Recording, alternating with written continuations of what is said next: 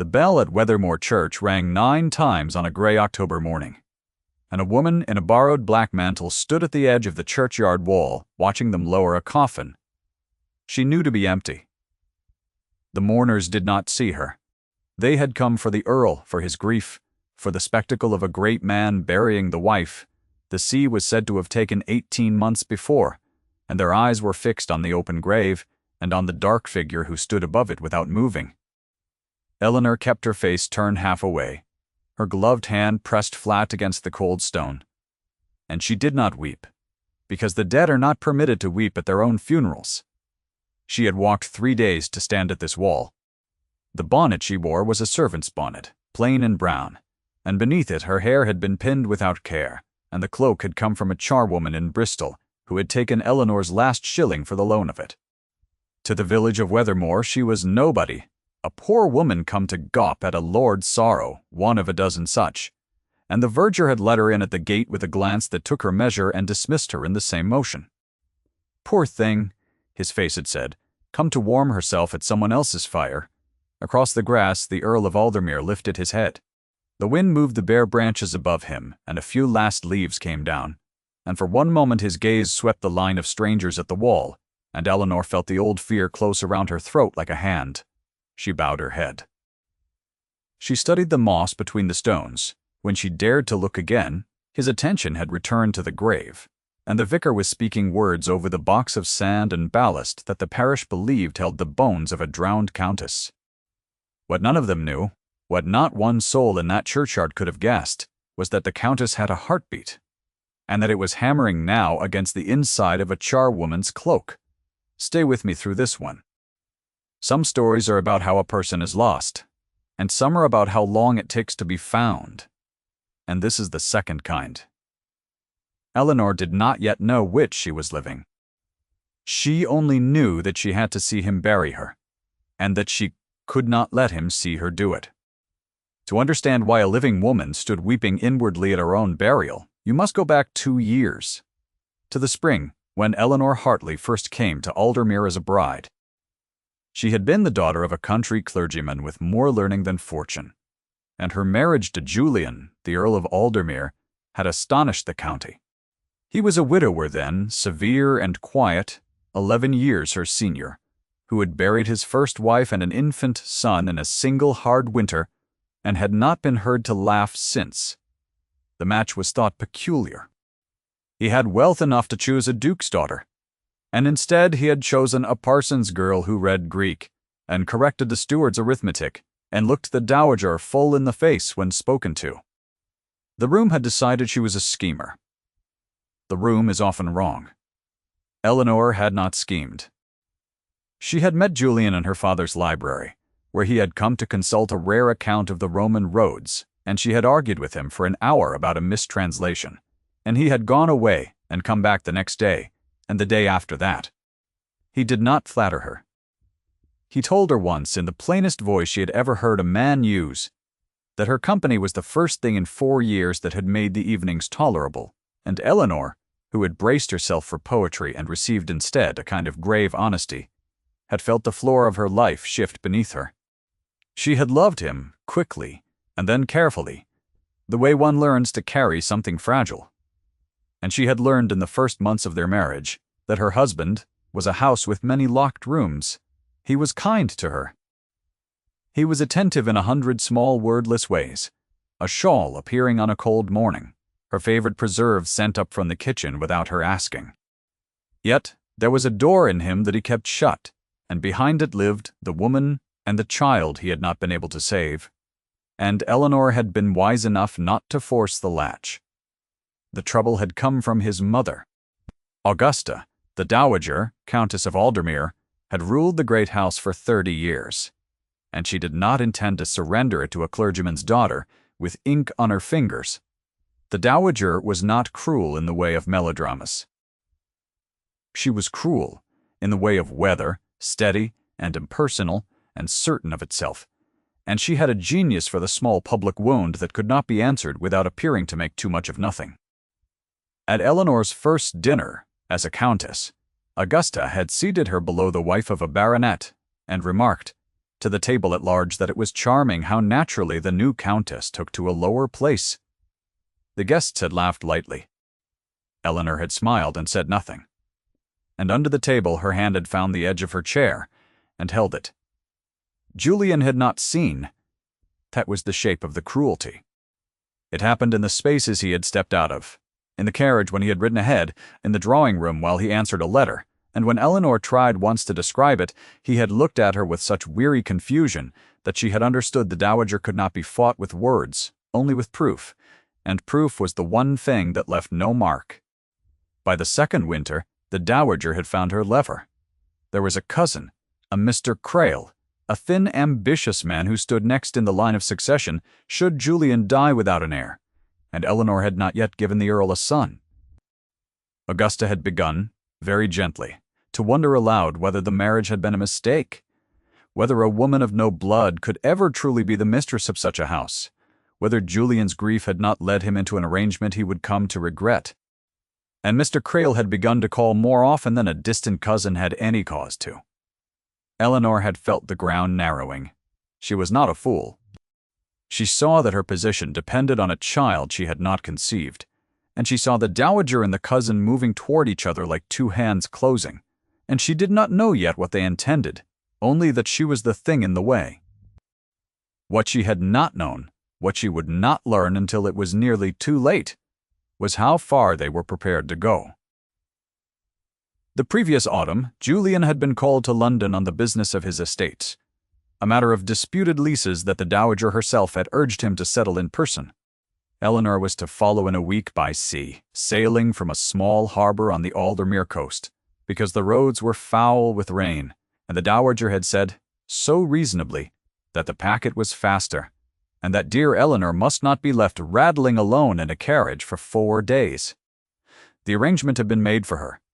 The maid who was to accompany her had taken ill at the last hour, conveniently, and a different woman, a stranger hired by the dowager's own steward, had come in her place. Eleanor remembered the harbor in pieces, the smell of tar and salt, the gray water heaving against the quay, the strange maid's face, too. Still, too watchful. And then the cabin below decks, and the cup of wine the woman had pressed on her against the cold, and the way the world had gone soft and far and finally dark. She had woken in a fisherman's cottage 2 days later, on a shore she did not know, with no memory of how she had come there, and a fever that nearly killed her. An old woman named Bess had found her washed up in the shallows of a cove near Lynmouth, half drowned, her gown torn from her, no ring on her hand, no name she could give for the first delirious week. By the time Eleanor's mind returned to her, the story had already run ahead. A packet had foundered off the coast in a squall. A countess had been aboard. There were no survivors. The sea, as the sea does, had kept its dead. She had understood it slowly, lying in Bess's narrow bed with the salt still in her hair. She had not fallen. She had been put over the side, drugged and weighted, the certainty that she would sink.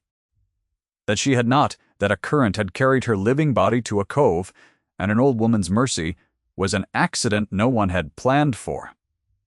As far as Aldermere knew, the problem of Eleanor had been solved. The marriage was ended. The succession was clear. And somewhere in the great house, the dowager was already wearing half mourning and choosing the cousin's bride. For a long time, Eleanor had been too weak and too frightened to do anything but hide. She had no proof.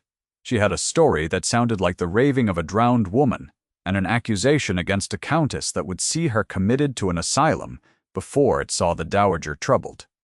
If she walked up to the gates of Aldermere and announced herself, the dowager would simply have her declared mad, an impostor, a vagrant fixing on a dead lady's name, and there would be no second cove and no second mercy.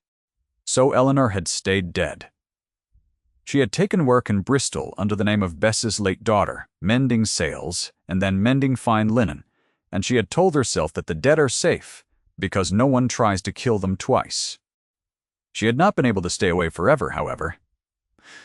When word reached Bristol that the Earl of Aldermere had at last given up hope and meant to hold a funeral, to bury an empty coffin and lay a stone over a grave with nothing in it, something in Eleanor had refused. She did not fully understand the refusal. She told herself she went to be certain he believed her dead, so that she would know how complete her disappearance had to be.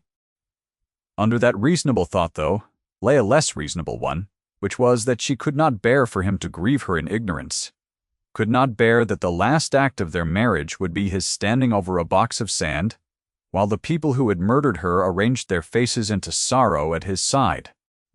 And so she had come to the wall and watched, and now the service was ending. The mourners were turning from the grave. And Eleanor saw with a lurch of her stomach that the Dowager and Mr. Pry, Craila stood together at Julian's right hand, Augusta, in magnificent black, the cousin attentive at her elbow, the two of them composed and grave, and entirely at ease in the family they had emptied to make room for themselves. The Dowager's voice carried on the wind as the crowd dispersed, pitched to be overheard, as her voice always was.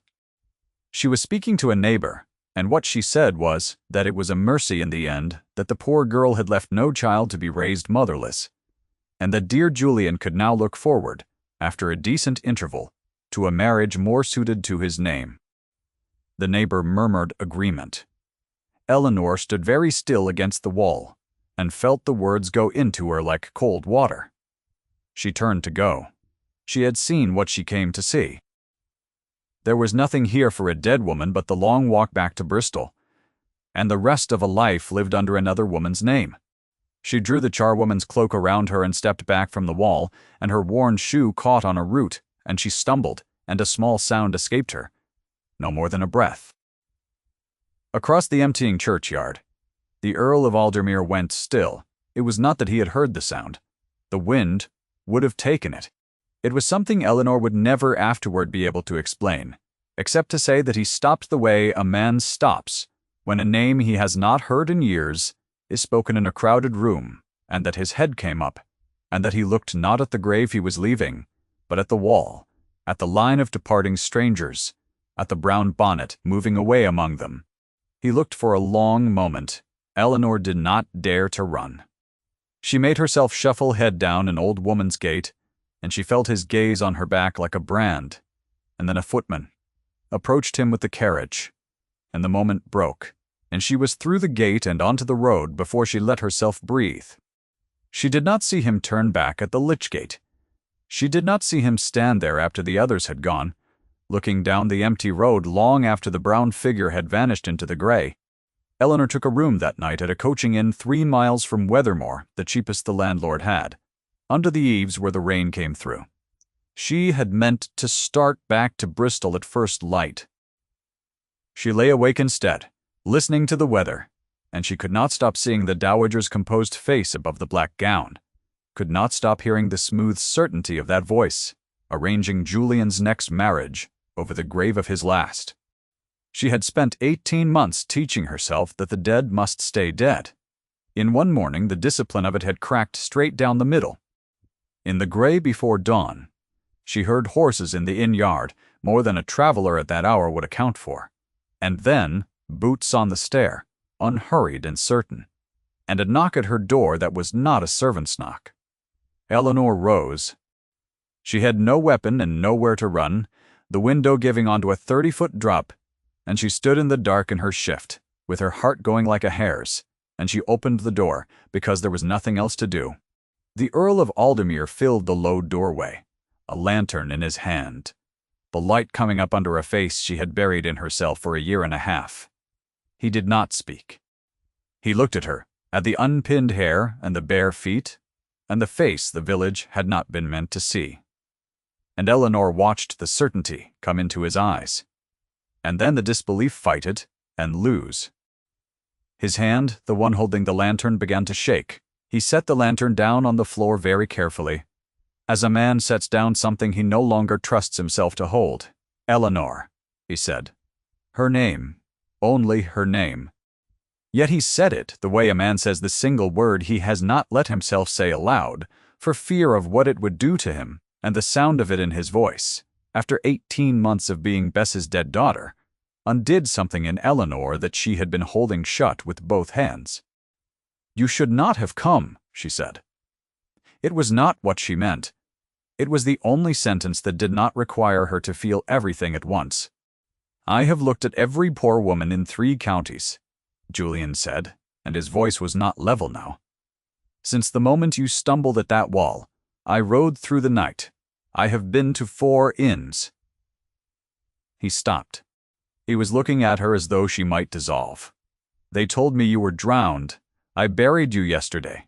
I put a stone over you this morning with my own hands. A breath. And you were standing at the wall in a charwoman's cloak watching me do it." "Yes," Eleanor whispered. "Why, it was not a question so much as a wound." And standing in the cold under the eaves, with the rain coming through and the lantern throwing both their shadows huge against the wall, Eleanor understood that she could lie to him, could give him the asylum-proof story, the drowned and rescued and amnesiac story, and disappear again clean. Or she could tell him the truth and watch it land on a man who had just buried his wife for the 2nd time. She looked at his hands, which had stopped shaking, and now hung at his sides as though he did not know what to do with them. And she chose. "Because I was not drowned," she said. "I was thrown into the sea. And the woman who arranged it was standing at your right hand this morning." The lantern flame steadied. Julian did not move, but something behind his eyes went very cold and very still. The look of a man who has been handed the last piece of a thing he had refused to assemble. "Tell me," he said. "All of it." Slowly. And she did. She told him about the convenient illness of the maid and the stranger hired in her place, about the cup of wine and the dark that followed, about waking in Bess's cottage, with the sea in her lungs and no ring on her hand. She told him what she had pieced together in the long months after, that she had been drugged and put over the side weighted to sink, and that her survival had been an accident no one intended. She watched him take each piece. He did not interrupt, he did not exclaim. He stood in the doorway and received the murder of his wife with a stillness that frightened her more than rage would have, and only when she had finished did he speak. "My mother," he said. "Yes. And Crail, I believe so. I cannot prove it. That is why I stayed dead. Julian, I have no proof, and a dead woman accusing a countess will be called mad, and I did not wish to be killed a 2nd time." She drew the thin shift closer about her shoulders. "I came only to see you grieve me honestly. I did not mean for you to find me. I meant to go back to Bristol and stay buried." "Come inside," Julian said. Eleanor blinked. It was not at all what she had expected. He had said it the way he had once said, sit, eat, rest. The small flat commands she had learned in their marriage were the nearest his locked house came to tenderness, and she understood, standing there, that he had not changed. That under the cold stillness, the man who had sent up her preserves without asking was issuing the only kind of comfort he had ever known how to give. The door. The fire. The order. That was really a sheltering. "You are cold," he said more quietly. "You have been cold for 18 months. Come inside, and let me think." She came inside. He built up the small fire himself, crouched at the hearth in his fine dark coat that he had worn to bury her, and Eleanor sat in the room's one chair and watched the firelight find the gray that had come into his hair at the temples since she had seen him last, and neither of them spoke for a long time. When the fire was burning, he stood and looked at her, and the look held so much that she had to turn her face away. "I thought it was my fault," he said. "The packet. I let you sail. My mother said the roads were dangerous, and I, fool that I am, agreed that the sea was safer." A short, terrible sound that was not a laugh. "I have not slept a full night since. I believed I had sent you to drown, to spare you a muddy road." "It was not your fault." "No," Julian said. "It was hers. And I gave her the house and the keys and the run of my life, and she used them to empty the one room in it I cared about." He came and crouched before the chair, so that his face was level with hers, and Eleanor saw that the locked door in him had been broken off its hinges entirely, that whatever he had kept behind it for the sake of the dead first wife and the lost child had been swept out by the return of the second. "I am not going to let you go back to Bristol," he said. "Do you understand me?" You are not going to be buried twice, Julian. If I appear, she will say I am an impostor. She will have me committed. You cannot simply produce a wife the whole county watched you bury. No, he agreed. I cannot simply produce you. We must do it so that there can be no doubt in front of the people whose doubt would damn you in a way she cannot answer. He was quiet a moment, and Eleanor watched the cold, clever grief in him reach for a plan the way it must once have reached for the disputed leases and the Roman roads. She has overreached, he said. A woman who arranges a murder leaves threads. The maid she hired, the steward who hired her, the captain of the packet who reported you lost and was paid, I would wager, rather well for the report. He looked at Eleanor. You have given me 18 months of her believing herself safe. People who believe themselves safe grow careless. Let me find the threads. And if you cannot, then we go to the coast and take a ship to anywhere, and you will be my wife under another name in a country where my mother's reach does not run. And I will count the world well lost. He said it simply, as a fact, already decided. But I do not think it will come to that. I think she will hang herself with her own confidence, and I mean to give her the rope. Destitute, Eleanor looked at him for a long moment, this severe, quiet man crouched before her on the floor of a leaking inn-room, who had buried her twice and intended to raise her in the teeth of the county, and she felt the thing she had refused to feel at the churchyard wall come up in her all at once. She had loved him carefully. She had loved him the way one carries something fragile. She saw now that there had never been any need for care, that the fragile thing had been her own belief, that a man like Julian could not possibly mean the small mercies he kept giving her, and that the belief, not the love, had been the wound. She reached out before she could weigh it and laid her cold hand against the side of his face. He went very still.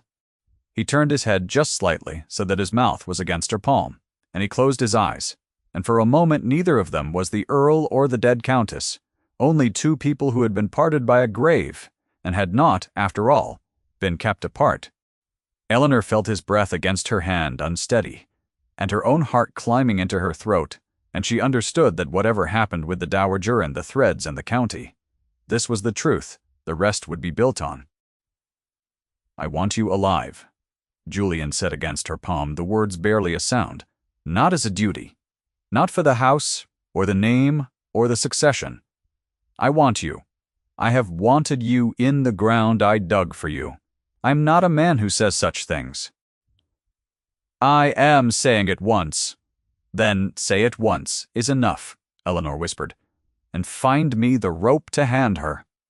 What followed was a month of the strangest patience either of them had known. Eleanor did not go to Aldermere. She could not be seen, not yet, and so Julian took rooms for her in the town of Aldermere under the name of a widow newly come from the north, a Mrs. Brandon, and he visited her there, as a man might visit a distant connection, openly enough to seem nothing, often enough that the keeping of the secret became its own kind of courtship. He brought her books. He brought her the second week a length of soft gray wool and the address of a dressmaker, because the charwoman's cloak had finally fallen to pieces, and when Eleanor opened the parcel, she found beneath the wool a small thing wrapped in paper that stopped her breath. It was her wedding ring, the plain gold band she had worn into the sea. The dowager had had it, then all this time taken from a drowned woman's hand or from the report of one, and Julian had got it back, and Eleanor did not ask how. She only sat with it in her palm and understood what it meant that he had returned it before he could return everything else. He had given her the ring in secret, in a rented room, because he could not yet give her the marriage in public. The order of those two acts told her everything about the man. She wore it on a ribbon round her neck, under the new gray wool where no one could see. The threads, when Julian pulled them, came faster than either had dared hope. The hired maid had been paid off and sent to Ireland, but she had a sister in Aldermere town who had not been paid and who nursed a grievance, and the sister knew the name of the inn where the maid had stayed the night before the sailing, and the innkeeper remembered a man who had paid the maid's reckoning. A thin gentleman who had not given a name but whom the boots remembered, for his stinginess and his fine boots both. Mr. Crail was not, it turned out, a careful villain. He had the dowager's confidence but not her cunning, and he had left himself across half the county like a careless dog leaves prints in a flower bed. The captain of the packet was the heavier thread. He had reported the countess lost and the vessel foundered. And there was a vessel. And it had indeed taken water in a squall, which was the genius of the thing, for the dowager had not invented a wreck, but used a real one, putting Eleanor aboard a ship that would have a true accident to hide a false murder inside. The captain had been paid above his loss, however, and a man paid above his loss spends it. And Julian, who owned half the harbor's leases, found within the fortnight that the captain had bought a public house outright with money no foundered ship had ever earned him. A foundered ship pays a captain nothing. A countess pays a captain a great deal. Julian gathered it slowly and told no one. He let his mother see him as the county saw him, a grieving man putting his life back in order, and he let her begin, in the careful weeks after the funeral, to advance the cousin's interests and to speak of the future. And he gave her every reason to believe that her arrangement had succeeded, and her son was at last biddable. He even, at her urging, agreed to a dinner. A great dinner at Aldermere, 6 weeks after the funeral, to mark the end of the heaviest mourning and the resumption of the family's place in the county, with the neighbors invited and the cousin honored, and a certain Miss Pendrake, a baronet's daughter the dowager favored, seated where a countess would one day sit. It was the dowager's mistake. She had chosen the same great dining room, the same long table seating 30, where 2 years before she had placed her son's new bride below a baronet's wife, and remarked how naturally she took to a lower place. She had chosen the arena of her first small cruelty for what she meant to be her final triumph, and Julian, who forgot nothing, let her choose it. He came to Eleanor the night before. She had a proper gown now, the gray wool made up plain and fine, and her hair was dressed, and she looked, he told her quietly, like herself again, which after 18 months as a dead woman was the strangest compliment she had ever received. He told her the shape of the next evening. She would come, he said, not as a guest but at a particular moment, and she would do nothing and say nothing, because he would not have her carry the weight of it. He would carry it himself in front of them all. She had only to stand where they could see her and be beyond any doubt. Alive, they will say. I am false, Eleanor said, an impostor coached to a likeness. They will not, Julian said, because I will not give them the chance to begin. Trust me to know my own county. The doubt will not have time to form. He took her hand, the one that wore the ring on the ribbon, now restored to her finger, for the morrow only. He had said, and after the morrow forever. Stand at the door when the footman opens it. Let them look. Leave the rest to me. She did not sleep neither. She suspected. Did he? The great dining room of Aldermere blazed that night with more candles than Eleanor had ever seen lit at once. And from the cold corridor where a single loyal footman had hidden her, she could hear the murmur of 30 guests and the particular carrying voice of the dowager at the head of the table. Holding court over the family, she believed she had perfected. Eleanor stood in the dark in her gray gown with her father's God and her own heart for company. And she listened to Augusta's voice rise over the rest, and she heard the dowager say to the table, to Miss Pendrake seated in the place of honor, that it had been a hard year but that Aldermere would flower again, that the right sort of woman would set it to rights, that her late daughter by marriage, poor creature, had never truly suited the house, and that perhaps Providence in its wisdom had corrected an error of the heart. The third time. Eleanor had heard the dismissal at her first dinner and again over her grave, and now a third time over the table, where her replacement sat, and she found that it no longer went into her like cold water. She had been called false and low, and an error of the heart, and she had survived the sea and the silence, and 18 months of another woman's name, and she stood straighter in the dark and waited for her husband's signal. It came as he had said it would. The footman at the great doors looked down the corridor, and at a word she could not hear, He set his hand to the latch and the doors opened, and the warmth and the light and the 30 turning faces were suddenly before her, and Eleanor, Countess of Aldermere, stepped into the room she had been murdered to vacate. The effect was not a gasp. It was worse than a gasp. It was silence. A silence that fell across the long table like a cloth dropped over a cage, fork by fork and face by face, as one guest after another saw the dead woman standing in the doorway in the candlelight, alive, composed, wearing on her hand a ring the county had believed at the bottom of the sea. Miss Pendrake's spoon stopped halfway to her mouth. The neighbor who had agreed at the graveside that it was a mercy no child survived put her hand to her throat, and at the head of the table the Dowager Countess of Aldermere turned, slow and certain in her diamonds, to see what had stolen the room from her. And her face, when it understood, did a thing Eleanor would remember for the rest of her life. It did not crumple. It calculated. Even then, even in the first instant, Augusta's mind was already reaching for the word impostor, already arranging the denial, and her mouth open to deliver it. Julian stood before she could speak. He rose from his place at the foot of the table, and he did not hurry. And the room watched him cross its whole length in the candlelight, past the baronet and the vicar and the cousin gone, grey as ash. And he came to the doorway, and he stopped before Eleanor, and he turned to face the table with her at his side. He did not raise his voice. He had never in his life needed to raise his voice. Into the perfect silence, in the level plain tone Eleanor had loved across a library 2 years before, he said, the thing that ended it. My wife was not lost. She was put in the sea. 6 words, and then 5. The room did not breathe. And before the Dowager's reaching mind could close on the denial, before impostor could leave her lips, Julian sat down upon the white cloth, in front of the nearest guests, 3 folded papers, and he named them as he laid them quietly, the way a man lays down winning cards he has held all evening. The sworn statement of an innkeeper who had seen the maid's reckoning paid by a thin gentleman with fine boots. The account of a packet captain's sudden fortune, sworn and witnessed. And the maid's own sister, waiting in the hall, who would say under oath who had hired her, and why. It was Mr. Crail who broke first. He had not the Dowager's nerve. He came half out of his chair with the look of a man who feels the floor open, and he said the Dowager's name. Once, in a voice pitched to plead and accuse at once, and in that single syllable he confessed them both, more completely than any document.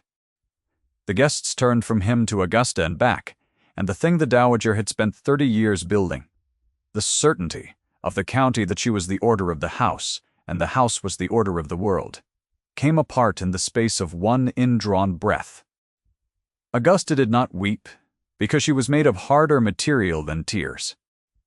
Eleanor watched the Dowager's hand, the one that had ruled Aldermere for 30 years, the one that held the fan at the precise contemptuous height, and she saw it close on the stem of a wineglass and miss, and knock it, and the red spread across the white cloth toward the folded papers, and no one moved to stop it. The most commanding woman in 3 counties sat in her diamonds at the head of her table and watched a stain travel toward the proof of her crime, and she had at last nothing whatever to say. Julian did not gloat. That was the thing Eleanor would tell Bess about, after the thing she had not expected. He had every right to break his mother across the table in front of the county, and he did not. He simply turned from the Dowager as though she had already become what she would shortly be, a matter for the magistrates, and he looked at the 30 faces, and he said in the same level voice, "You will forgive us. The Countess has come a long way home, and she is tired." And he offered Eleanor his arm, and she took it. And they left the room full of silence and candlelight and a spreading red stain, and behind them the dam of the county's voice broke into a roar they did not stay to hear.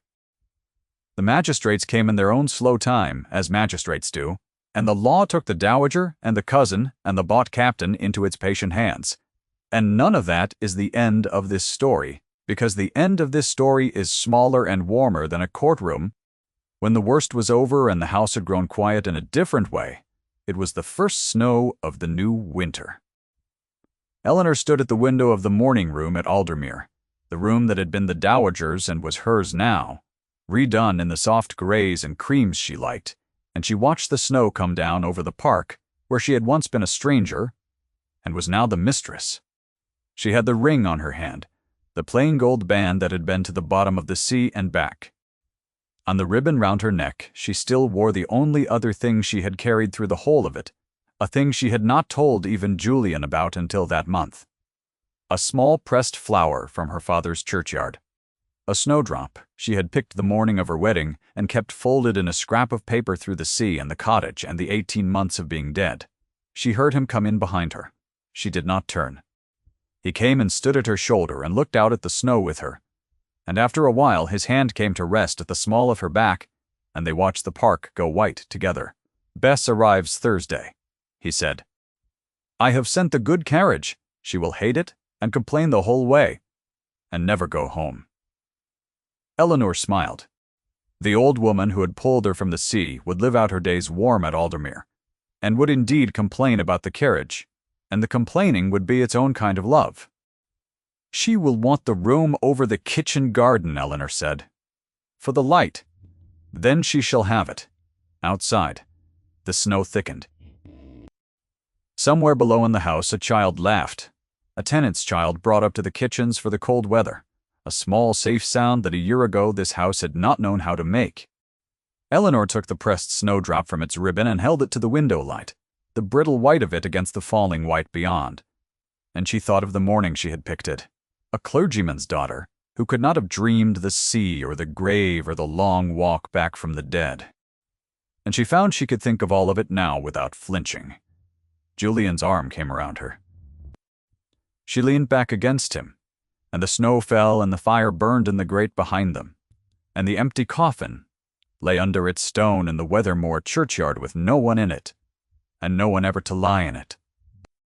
Because the woman it had been dug for was standing alive in a warm room, with snow at the glass and a snowdrop in her hand, and her husband's heartbeat steady at her back. "You came to watch me bury you," Julian said quietly, against her hair, "and instead you let me find you." "I did not let you," Eleanor said. "I stumbled at a wall." "No."